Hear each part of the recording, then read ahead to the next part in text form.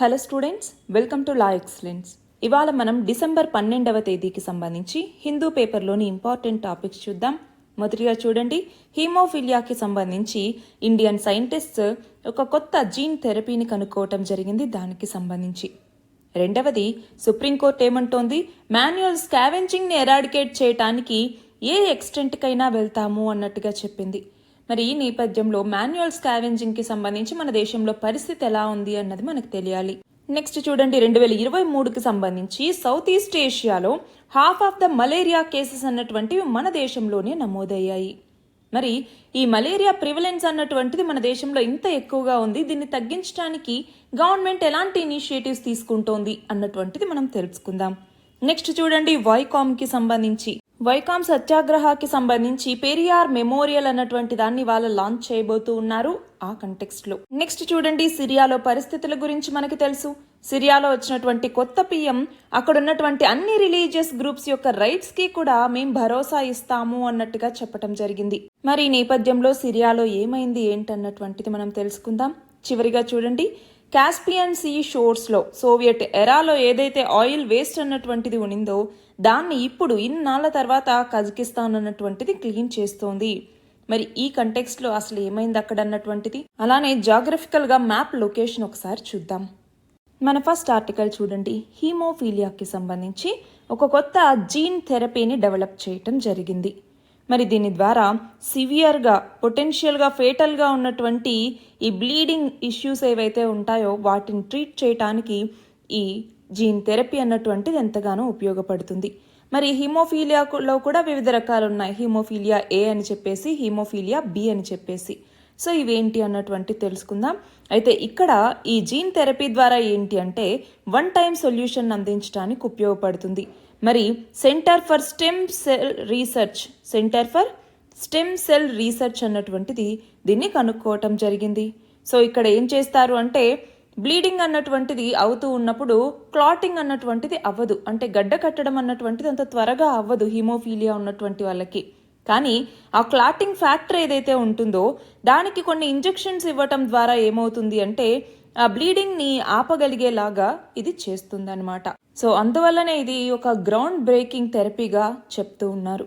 దీనిని మనం science and టెక్నాలజీలో చదువుకుంటాము. అయితే ఇక్కడ మనం గమనించాలి, అది ఏంటి అసలు హీమోఫీలియా అంటే ఏంటి. మోస్ట్లీ ఇన్హెరిటెడ్ డిజార్డర్స్లో ఇది కూడా ఒకటి.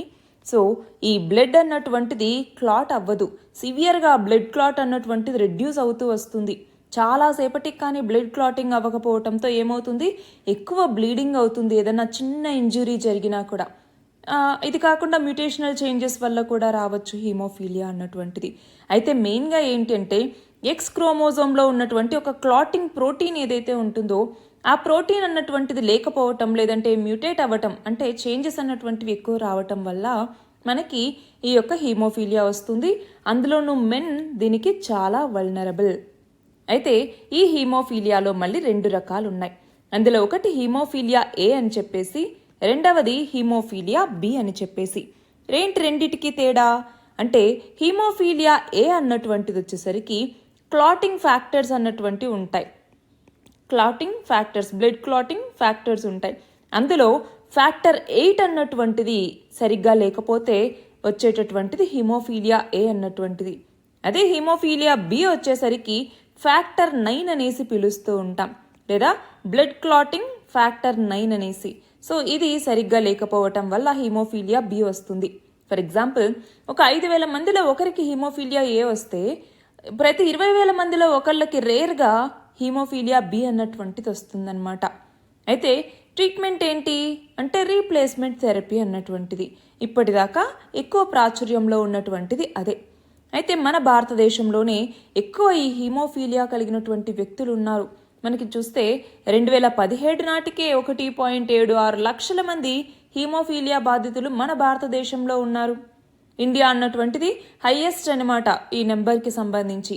అయితే వరల్డ్ ఫెడరేషన్ ఆఫ్ హీమోఫీలియా అన్నటువంటిది ఉంది. 1963లో వరల్డ్ ఫెడరేషన్ ఆఫ్ హీమోఫీలియా అన్నటువంటి దాన్ని ఏర్పాటు చేశారు.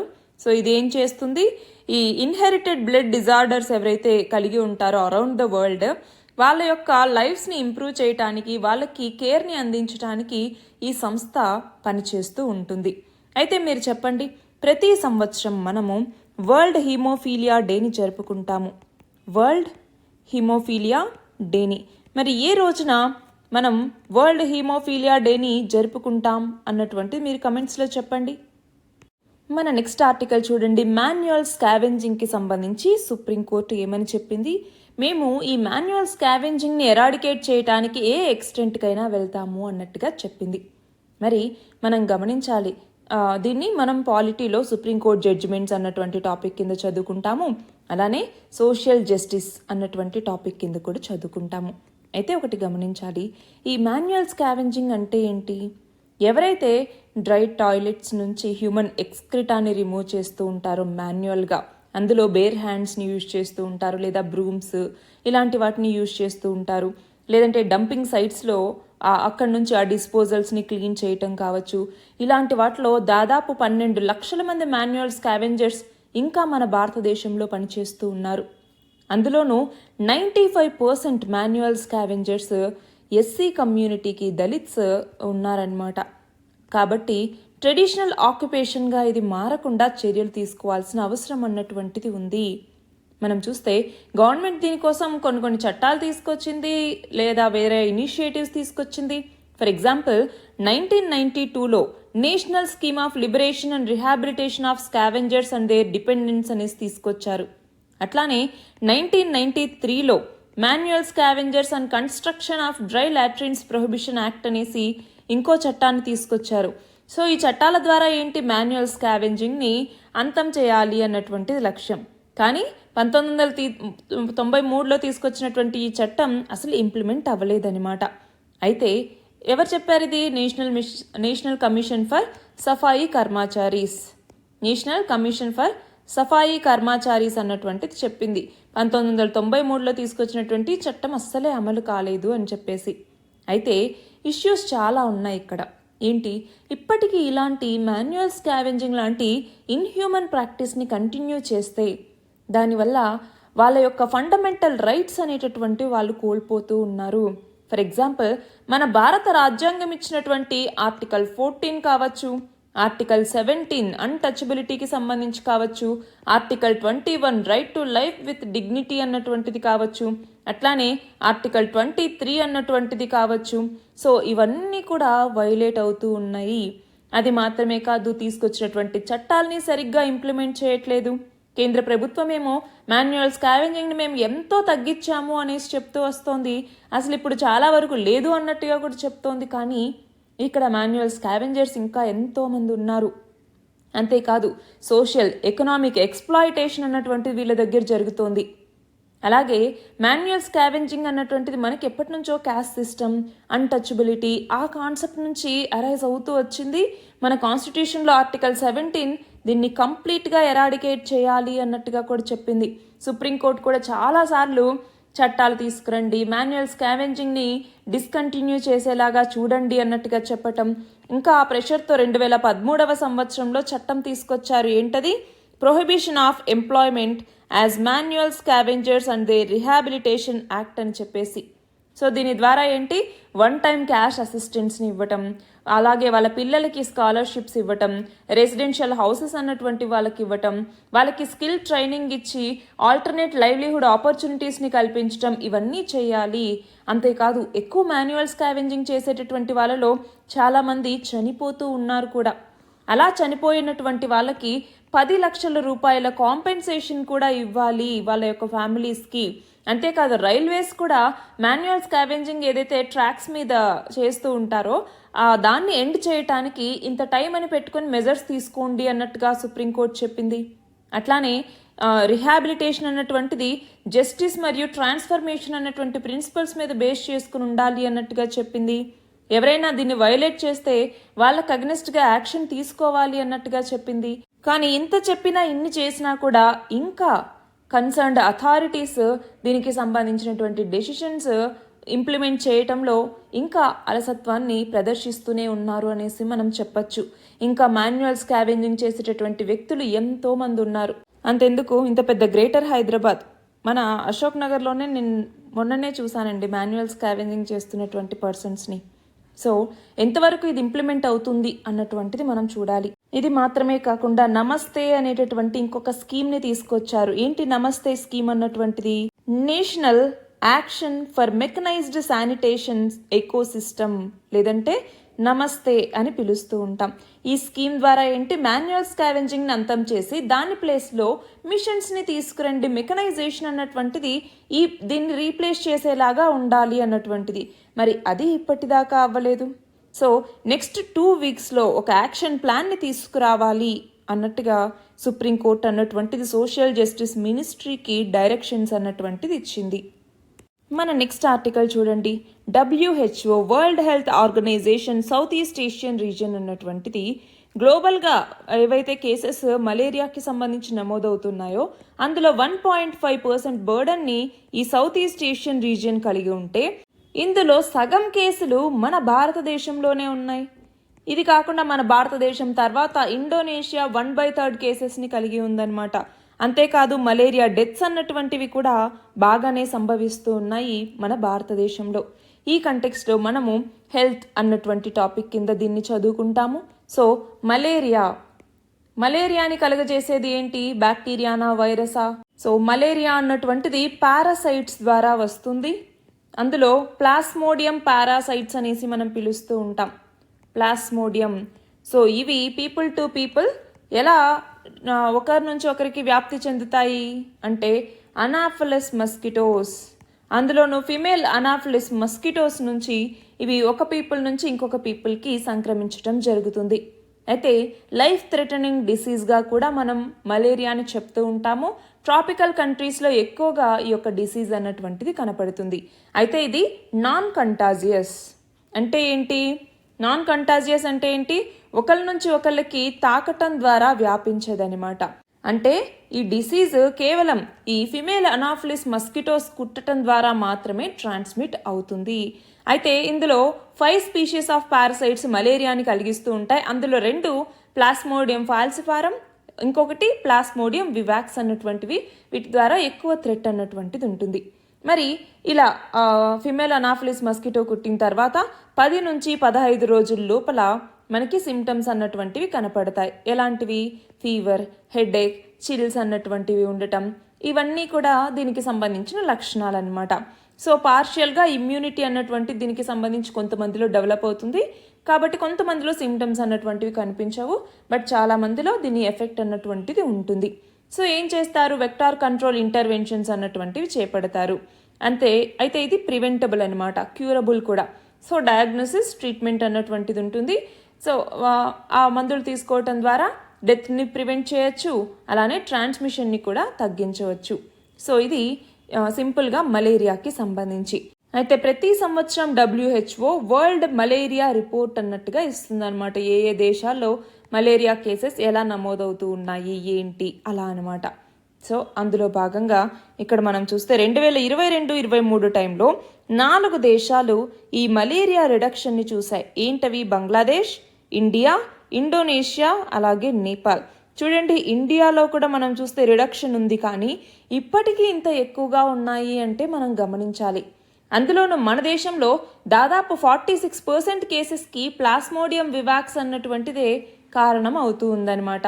బట్ మనం తగ్గించుకుంటూనే వస్తున్నాం. మనం చూస్తే 2015 నుంచి మనం 55% మలేరియా కేసెస్ని తగ్గించగలిగాం. కానీ దీని ప్రివలెన్స్ ఇంకా సౌత్ ఈస్ట్ ఏషియాలో హాఫ్ ఆఫ్ మలేరియల్ కేసెస్ ఉన్నాయి అంటే మనం ఎంత ఎక్కువ మందికి ఇది వ్యాపిస్తుంది అన్నటువంటిది గమనించాలి. సో మలేరియాకి సంబంధించి ఇనిషియేటివ్స్ ఏమేమి ఉన్నాయి? WHO గ్లోబల్ మలేరియా ప్రోగ్రామ్ అన్నట్టుగా తీసుకొచ్చింది. అట్లానే ఈ 2025 అన్నటువంటి ఇనిషియేటివ్ని తీసుకొచ్చింది. ఈ 2025 అనమాట. సో దీని ద్వారా ఏంటి? మలేరియాని 25 కంట్రీస్లో 2025 కల్లా ట్రాన్స్మిషన్ని స్టాప్ చేయాలి అన్నటువంటిది లక్ష్యం. అదే మన భారతదేశం వచ్చేసరికి national vector borne disease control programme అనేసి, అలానే నేషనల్ మలేరియా కంట్రోల్ ప్రోగ్రామ్ అనేసి, అలానే high burden to high impact అన్నటువంటి ఇనిషియేటివ్ కావచ్చు. అట్లానే ఇంకొకటి మేరా ఇండియా అంటే ఏంటిది? Malaria elimination research alliance India అన్నటువంటిది. సో దీనిని ఐసీఎంఆర్ అన్నటువంటిది మలేరియా కంట్రోల్ రీసెర్చ్కి సంబంధించిన పార్ట్నర్స్తో కొలాబరేట్ అయ్యి ఈ ఇనిషియేటివ్ని తీసుకొచ్చిందనమాట. మన నెక్స్ట్ ఆర్టికల్ చూడండి, వైకామ్ సత్యాగ్రహకి సంబంధించి. మనం దీన్ని హిస్టరీలో, మోడర్న్ ఇండియన్ హిస్టరీలో చదువుకుంటాము. అయితే వైకామ్ సత్యాగ్రహ జరిగి 100 సంవత్సరాలైంది. మరి ఆ కంటెక్స్ట్లోనే సెంటెనరీ సెలబ్రేషన్స్లో భాగంగా వైకామ్లో పెరియార్ మెమోరియల్ని ఇవాళ లాంచ్ చేయబోతూ ఉన్నారు. ఏంటి పెరియార్ మెమోరియల్? పెరియార్ మనకి తెలుసు కదా, పెరియార్ ఈవి రామస్వామి అనేసి పిలుస్తూ ఉంటాము మనం. ఈ వైకామ్ సత్యాగ్రహకి సంబంధించి పెరియార్ ఈవి రామస్వామి ఈయన ఎంతో ఇంపార్టెంట్ రోల్ని పోషించినటువంటి వ్యక్తి. అయితే ముందుగా అసలు మనం వైకామ్ సత్యాగ్రహ గురించి కనుక తెలుసుకుంటే, వైకామ్ సత్యాగ్రహ అన్నటువంటిది ఒక నాన్ వైలెంట్ అజిటేషన్ అనమాట. వైకామ్ అన్నటువంటిది అప్పట్లో ట్రావెన్కోర్ ప్రిన్స్లీ స్టేట్లో భాగంగా ఉండేది. సో 1924లో మొదలయ్యి 1925 వరకు కూడా ఇది జరిగిందనమాట. 1925 నవంబర్ వరకు కూడా. అయితే ఈ మూమెంట్లోకి వచ్చేసరికి ఏంటి అంటే, అన్టచబిలిటీకి అలానే క్యాస్ట్ డిస్క్రిమినేషన్ ప్రాక్టీసెస్కి అగెనెస్ట్గా చేసినటువంటి ప్రొటెస్ట్ ఇది. అంటే ఇండియన్ సొసైటీలో అప్పటిదాకా ఉన్నటువంటి ఈ డిస్క్రిమినేషన్స్కి అగెనెస్ట్గా ఈ మూమెంట్ని తీసుకొచ్చారు. మనం చూస్తే అప్రెస్డ్ క్లాసెస్ కావచ్చు, ఎస్పెషల్లీ ఎజావాస్ ఎవరైతే ఉంటారో, అంటే వైకమ్ మహదేవ టెంపుల్ సరౌండింగ్స్లో వాళ్ళు ఆ రోడ్స్లో నడవటం కావచ్చు, ఇవన్నీ కూడా అక్కడ చేశారనమాట. టెంపుల్ ఎంట్రీకి సంబంధించినటువంటి ఫస్ట్ మూమెంట్స్లో ఇది కూడా ఒకటిగా చెప్తూ ఉంటాము. మరి దీన్ని లీడ్ చేసినటువంటి వ్యక్తులు ఎవరు అంటే, ఒకరు ఎజావా లీడర్ అయినటువంటి టీకే మాధవన్, అలానే కేపీ కేశవ మీనన్, అలానే కేలప్పన్, అట్లానే పెరియార్ ఈవి రామస్వామి, వీళ్ళందరూ కూడా ఇందులో ఎంతో క్రూషియల్ రోల్ని ప్లే చేసినటువంటి వ్యక్తులు. అయితే వైకామ్ వీరుడు అనేసి ఎవరిని పిలుస్తాం? పెరియార్ ఈవి రామస్వామిని పిలుస్తూ ఉంటాం. ఎందుకంటే అంత క్రూషియల్ రోల్ ప్లే చేశారు ఈయన. స్పీచెస్ ఇవ్వటం కావచ్చు, వాలంటీర్స్ని మొబిలైజ్ చేయటం కావచ్చు, జైల్లో ఉండటం కావచ్చు, వీటన్నింటి వల్ల కూడా. అంతేకాదు, ఎప్పుడైతే మహాత్మా గాంధీ 1925లో వైకామ్కి రీచ్ అయ్యారో, దాంతో ఈ మూమెంట్కి ఇంకొంచెం పవర్ అన్నటువంటిది వచ్చింది. వేరియస్ కాస్ట్ గ్రూప్స్ నుంచి లీడర్స్ వచ్చి ఇక్కడ డిస్కషన్స్ పెట్టడం, ఇవన్నీ జరిగాయన్నమాట. మరి దీని అవుట్కమ్ ఏంటి అంటే, ఇప్పుడు ఏదైతే ఈ వైకామ్ టెంపుల్ ఏదైతే ఉంటుందో దాని సరౌండింగ్స్లో ఉన్నటువంటి 4 రోడ్స్లో 3 రోడ్స్ అన్ని కాస్ట్ పీపుల్కి కూడా ఓపెన్ అవ్వటం జరిగింది. ఇది ఒక బిగ్ సక్సెస్గా మనం చెప్తూ ఉంటాం. ఈ వైకామ్ సత్యాగ్రహ అన్నటువంటిది ఇప్పుడు హిందూ రిఫార్మిస్ట్ మూమెంట్స్లో భాగంగా పర్స్పెక్టివ్లో ఒక డివిజన్ తీసుకొచ్చింది ఇది అనేసి చెప్పచ్చు. కాస్ట్ బేస్డ్ అట్రాసిటీస్కి అగెనెస్ట్గా ఫైట్ చేసినటువంటి మూమెంట్స్లో ఇది ముందు వరుసలో ఉంటుంది. అందుకే వైకామ్ సత్యాగ్రహ మెమోరియల్ మ్యూజియంని ఏర్పాటు చేశారు. ఇప్పుడు పెరియార్ మెమోరియల్ని ఇవాళ ఇనాగ్రేట్ చేయబోతూ ఉన్నారు. ఇప్పుడు ఈ పెరియార్ మెమోరియల్ని 2 రాష్ట్రాలు కూడా, అంటే ఇటు కేరళ ఇటు తమిళనాడు 2 రాష్ట్రాలు కలిపి ఈ యొక్క వైకామ్ సత్యాగ్రహకి సంబంధించినటువంటి పెరియార్ మెమోరియల్ని ఇనాగ్రేట్ చేయబోతూ ఉన్నాయి. సో 2 రాష్ట్రాల ముఖ్యమంత్రులు కూడా ఇందులో పాల్గొంటున్నారన్నమాట. మన నెక్స్ట్ ఆర్టికల్ చూడండి, సిరియాకి సంబంధించి. సిరియాకి కొత్త ప్రైమ్ మినిస్టర్ రావటం జరిగింది. ఆయన ఏమంటూ ఉన్నారు, అన్ని రిలీజియస్ గ్రూప్స్ యొక్క రైట్స్ని కూడా గ్యారంటీ చేస్తామన్నట్టుగా చెప్పటం జరిగింది. దీనిని మనం ఇంటర్నేషనల్ రిలేషన్స్లో భాగంగా చదువుకుంటాం. అయితే రీసెంట్గా సిరియన్ రెబల్స్, అది కూడా ఇస్లామిస్ట్ మిలిటెంట్ గ్రూప్ అయినటువంటి హయత్ తర్హీర్ అల్ షామ్ లేదా HTS అని పిలుస్తూ ఉంటాం. వీళ్ళు హోమ్స్ అన్నటువంటిది సిరియాలో 3rd లార్జెస్ట్ సిటీ అన్నమాట. సో దీనిని ఆక్రమించుకోవటం జరిగింది, కంట్రోల్ చేసుకోవటం జరిగింది. దాని తర్వాత అక్కడి ప్రెసిడెంట్ అయినటువంటి బషర్ అల్ అసద్ అతని యొక్క రెజిమ్ని అక్కడ ఎండ్ చేసినట్టు అయిందనమాట. మరి ఇప్పుడు ఆల్రెడీ అక్కడ జరుగుతూ ఉన్నటువంటి సివిల్ వార్లో భాగంగా ఏమైంది, ఇప్పుడు కొత్త ఛాలెంజెస్ అన్నటువంటివి ఫేస్ చేస్తూ ఉండగా సిరియాకి సంబంధించినటువంటి ప్రెసిడెంట్ అయినటువంటి బషర్ అల్ అసద్ వేరే దేశానికి పారిపోవటం జరిగింది. దాంతో సిరియాలో మళ్ళీ ఇంకో కొత్త శకం మొదలైందని చెప్పాలి. అయితే ఇప్పుడు ఈ సిరియన్ సివిల్ వార్ ఏదైతే జరుగుతుందో ఇది అసలు ఎందుకు వచ్చింది, కీ ఫ్యాక్టర్స్ ఏంటి అన్నటువంటిది కనుక చూస్తే, ఒకటి మనం హిస్టారికల్ కంటెక్స్ట్నే చూసుకోవాలి. ఏంటి, 1971 నుంచి కూడా మనం చూస్తే సిరియాని అసద్ ఫ్యామిలీనే రూల్ చేస్తూ వస్తోందనమాట. అసద్కి సంబంధించి హఫేజ్ అల్ అసద్ అన్నటువంటి వ్యక్తి అక్కడ అథారిటేరియన్ లీడర్గా ఉండేవాళ్ళు. అతను 2000 సంవత్సరంలో చనిపోయిన తర్వాత ప్రస్తుతం ఉన్నటువంటి బషర్ అల్ అసద్ ఎవరైతే ఇప్పుడు వేరే దేశానికి వెళ్ళిపోయారో అతను ఆ ఫ్యామిలీ గ్రిప్ తీసుకున్నారు, ఆ పవర్ని తీసుకొచ్చారనమాట.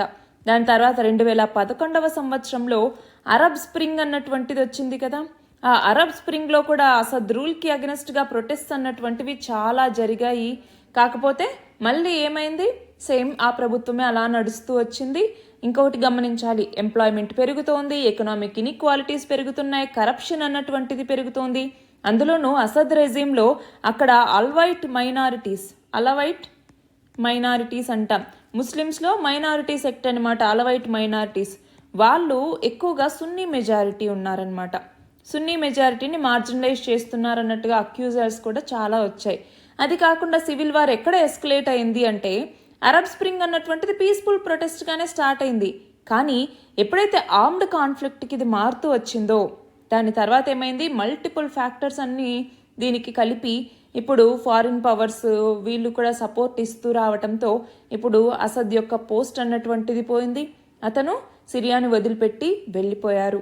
మరి ఆ నేపథ్యంలో సిరియా యొక్క కొత్త పిఎం అయినటువంటి మొహమ్మద్ అల్ బషీర్ ఈయన కొత్త క్యాబినెట్ మీటింగ్లో మాట్లాడుతూ అన్ని రిలీజియస్ గ్రూప్స్ యొక్క రైట్స్ని కూడా గ్యారంటీ చేయాలి అన్నట్టుగా మాట్లాడారనమాట. మరి ఈ నేపథ్యంలో సిరియా ఎక్కడ ఉంది అన్నటువంటిది ఒక్కసారి మ్యాప్ అన్నటువంటిది చూస్తారా. ఎందుకు అంటే మనకు ఆల్రెడీ తెలుసు, ఒకవైపు సిరియాకి ఆనుకొని ఉన్నటువంటి ఇజ్రాయెల్, అలాగే పక్కనున్నటువంటి హమాస్కి మధ్య యుద్ధం జరుగుతోంది. సిరియాని ఆనుకుని ఉన్నటువంటి లెబనాన్కి ఇజ్రాయెల్కి మధ్య యుద్ధం జరుగుతోంది. సో వీటన్నింటి కంటెక్స్లో కూడా మనకి చాలా చాలా ఇంపార్టెంట్ సిరియా మ్యాప్ అన్నటువంటిది. అయితే మీరు చెప్పండి, సిరియా అలానే ఇరాన్ ఇవి రెండు బార్డర్ని కలిగి ఉన్నాయా అన్నటువంటిది మీరు కమెంట్ సెక్షన్లో చెప్పండి. మన లాస్ట్ ఆర్టికల్ చూడండి. కజకిస్తాన్ అన్నటువంటిది సోవియట్ ఎరా నాటి ఆయిల్ వేస్ట్ ఏదైతే కాస్పియన్ సీ సోర్స్లో ఉందో దాన్ని ఇప్పుడు క్లీన్ చేస్తోంది. సో మనకి ఇది ఎందుకు ఇంపార్టెంట్ అంటే జాగ్రఫీ పరంగా మనకి ఇది ఇంపార్టెంట్ అనమాట. అయితే ఒక్కసారి కజకిస్తాన్ యొక్క లొకేషన్ చూడండి. కజకిస్తాన్ క్యాపిటల్ ఆస్తానా మనకు ఐడియా ఉంది. సో ఇక్కడేమో చైనా, ఇక్కడేమో కిర్గిస్తాన్, ఇక్కడేమో ఉజ్బెకిస్తాన్, ఇక్కడేమో తుర్క్మెనిస్తాన్, దీన్ని ఆనుకుని ఇక్కడేమో కాస్పియన్ సీ అన్నటువంటిది ఉంది. ఇక్కడ వచ్చేసరికి రష్యా అన్నటువంటిది, ఇదంతా పైనంతా రష్యానే అనమాట. సో ఇన్ని దేశాలతో బార్డర్ని కలిగి ఉన్నటువంటి దేశం ఏంటి, కజకిస్తాన్ అన్నటువంటిది. మరి ఆ కజకిస్తాన్లో ఒక స్టేట్ ఓన్డ్ కంపెనీ అన్నటువంటిది ఇప్పుడు సోవియట్ ఎరాలో ఉన్నటువంటి ఆ ఆయిల్ వేస్ట్ ఏదైతే కాస్పియన్ సీ షోర్స్లో ఉందో దానిని ఇప్పుడు గ్లోబల్ వార్మింగ్ యొక్క ఎఫెక్ట్స్ అనేది అది చాలా కలిగిస్తోంది అన్నటువంటి నేపథ్యంలో, పొల్యూషన్ ఉంది అన్నటువంటి నేపథ్యంలో దాన్ని ఇప్పుడు క్లీన్ చేస్తూ వస్తోందన్నమాట. మనం చూస్తే లాస్ట్ 4 years నుంచి కూడా అక్కడ ఉన్నటువంటి ఆయిల్ వేస్ట్ని క్లీనప్ చేస్తూ వస్తోంది. అయితే ఇక్కడ మనకి జాగ్రఫీకి సంబంధించి కజకిస్తాన్ చుట్టూ ఉన్నటువంటి దేశాలు ఇంపార్టెంట్ కాదు, పక్కనుందే కాస్పియన్ సీ అన్నటువంటిది. కాస్పియన్ సీ మరియు బార్డర్ కంట్రీస్ ఏంటి అన్నటువంటిది ఇంపార్టెంట్. ఎందుకు అంటే కాస్పియన్ సీ రీజియన్ యొక్క క్లైమేట్ అన్నటువంటిది వేరియస్ ఫ్యాక్టర్స్తో ఇన్ఫ్లుయెన్స్ అయి ఉంటుంది. ఈ కాస్పియన్ సీ అన్నటువంటిది రివర్ రెగ్యులేషన్కి సంబంధించి, ఇల్లీగల్ ఫిషింగ్కి సంబంధించి, sea level changes, pollution, invasive species వీటన్నింటి వల్ల థ్రెట్ని కలిగి ఉంటూ వస్తుంది. అంతేకాదు ఇక్కడ మనం ఇంకొకటి ఏంటి అంటే ఎకలాజికల్గా చాలా ఇబ్బందులు ఎదుర్కొంటూ ఉంది ఈ యొక్క సీ అన్నటువంటిది. మరి ఆ నేపథ్యంలోనే కాస్పియన్ సీకి బార్డర్ని కలిగి ఉన్నటువంటి దేశాలు ఏంటి అన్నటువంటిది మనకి తెలియాలి. సో ఫస్ట్ ఆఫ్ ఆల్ ఇక్కడ కాస్పియన్ సీకి సంబంధించి చూడండి, ఒకవైపు ఏమో రష్యా బార్డర్ని కలిగి ఉంది, ఇంకోవైపు కజకిస్తాన్ అన్నటువంటిది బార్డర్ని కలిగి ఉంది, తుర్క్మెనిస్తాన్ అన్నటువంటిది బార్డర్ని కలిగి ఉంది, ఇటువైపు అజర్బైజాన్ అన్నటువంటిది, ఇక్కడేమో మళ్ళీ మనకి ఇరాన్ అన్నటువంటిది వస్తుందన్నమాట. ఇరాన్ అన్నటువంటిది బార్డర్ని కలిగి ఉంటుంది. సో అజర్బైజాన్ అన్నటువంటిది, అలానే ఇరాన్ అన్నటువంటిది, అలానే తుర్క్మెనిస్తాన్ అన్నటువంటిది, అలానే కజకిస్తాన్ అన్నటువంటిది, ఇంకొకటి ఏంటి రష్యా ఫెడరేషన్. ఇవన్నీ కూడా కాస్పియన్ సీకి బార్డర్ని కలిగి ఉన్నటువంటి దేశాలు. సో మనకి ఇంపార్టెంట్ ఇది. అంటే యూరప్కి ఏషియాకి మధ్య ఈ కాస్పియన్ సీ అన్నటువంటిది ఉంది. మరి మేజర్ సిటీస్ ఏంటి? అజర్బైజాన్లో ఉన్నటువంటి బాకు అన్నటువంటిది. ఇక్కడే లాస్ట్ టైం COP29 అన్నటువంటిది రీసెంట్గా జరిగింది, అవునా?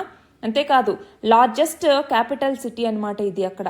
అలానే ఇరాన్లో ఉన్నటువంటి రామ్సర్ కూడా ఈ కాస్పియన్ సీకి అక్కడ ఉన్నటువంటి నియర్ బై సీ కోస్ట్లోనే ఉంటుంది. మరి రామ్సర్ అనగానే ఏంటి? మనకి చిత్తడి నేలలు గుర్తొస్తాయి కదా, రామ్సర్ వెట్ ల్యాండ్స్ అని చెప్పేసి. సో ఈ రామ్సర్ వెట్ ల్యాండ్స్కి సంబంధించి ఈ ప్లేస్ ఇక్కడ దగ్గరలోనే ఉంది. అట్లానే రష్యన్ ఫెడరేషన్కి సంబంధించి మకా చక్కలా అని చెప్పేసి, అలాగే ఆస్త్రాఖాన్ అని చెప్పేసి, ఇలాంటి ప్లేసెస్ అన్నీ కూడా మేజర్ సిటీస్ అనమాట, ఈ దగ్గరలోనే ఉన్నాయి. అయితే కాస్పియన్ సీకి సంబంధించి లొకేషన్, చుట్టూ ఉన్నటువంటి దేశాలు బార్డర్స్ ఏమేమి ఉన్నాయి, ఇవి మనకి ఎగ్జామ్లో అడిగేటటువంటి అవకాశం ఉంది. ఇవి ఇవాల్టి important topics. All the very best and thank you very much.